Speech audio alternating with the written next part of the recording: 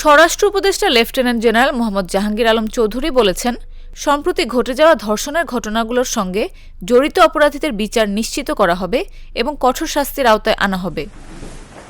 মাগুরায় ধর্ষণের শিকার শিশুকে দেখতে রোববার সকালে ঢাকা সেনানিবাসের সম্মিলিত সামরিক হাসপাতালে যান স্বরাষ্ট্র উপদেষ্টা।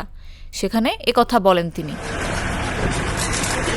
হাসপাতালে গিয়ে উপদেষ্টা শিশুটির চিকিৎসার খোঁজখবর নেন ও সর্বোচ্চ চিকিৎসা সেবা নিশ্চিতে হাসপাতাল কর্তৃপক্ষকে নির্দেশ দেন।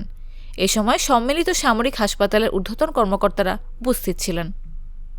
এর আগে ঘটনার দিন দুপুরে বিষয়টি জানতে পেরে উপদেষ্টা শিশুটির মাকে ফোন দিয়ে শিশুটির খোঁজখবর নেন ও সরকারের পক্ষ থেকে সর্বোচ্চ চিকিৎসা সেবা নিশ্চিতের আশ্বাস দেন। শনিবার শিশুটিকে উন্নত চিকিৎসা সেবা প্রদানের জন্য ঢাকা মেডিকেল কলেজ হাসপাতাল থেকে ঢাকা সম্মিলিত সামরিক হাসপাতালে নেওয়া হয়। ঘটনার বিষয়ে স্বরাষ্ট্র উপদেষ্টা বলেন, মাগুরায় ৮ বছরের শিশুকে ধর্ষণ ও হত্যাচেষ্টা মামলায় মাগুরা সদর থানায় ৪ জনকে আসামি করে মামলা দায়ের করা হয়েছে এবং মামলার এজাহারভুক্ত ৪ আসামিকে পুলিশ গ্রেফতার করেছে। দোষীরা যেন কোনোভাবে ছাড় না পায়, এ বিষয়ে স্বরাষ্ট্র মন্ত্রণালয় সোচ্চার রয়েছে।